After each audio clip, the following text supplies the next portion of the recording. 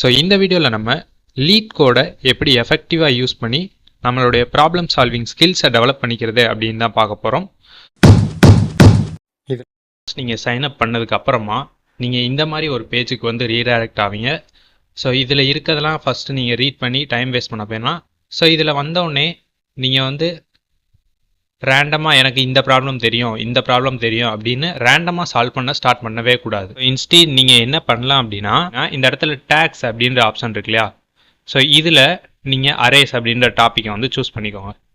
ஒவ்வொரு ப்ராப்ளமுக்குமே acceptance rate அப்படின்ற ஒரு வேல்யூ வந்து இருக்கும்.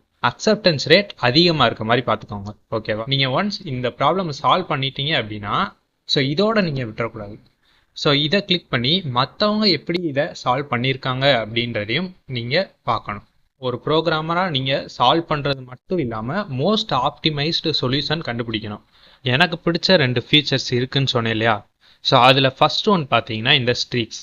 செகண்ட் ஃபியூச்சர் என்ன அப்படின்னு கேட்டிங்கன்னா வீக்லி கான்டெஸ்ட். நீங்கள் ரெஜிஸ்டரை கிளிக் பண்ணி ரெஜிஸ்டர் பண்ணிக்கலாம். அது வந்து கம்ப்ளீட்லி ஃப்ரீ தான். அவங்க எவ்வளோ டைமில் அந்த ப்ராப்ளமை சால்வ் பண்ணி முடிக்கிறாங்க, நம்ம எவ்வளோ டைம் எடுத்துக்கிறோம் அப்படின்றத நம்ம கம்பேர் பண்ணி பார்த்துக்கலாம்.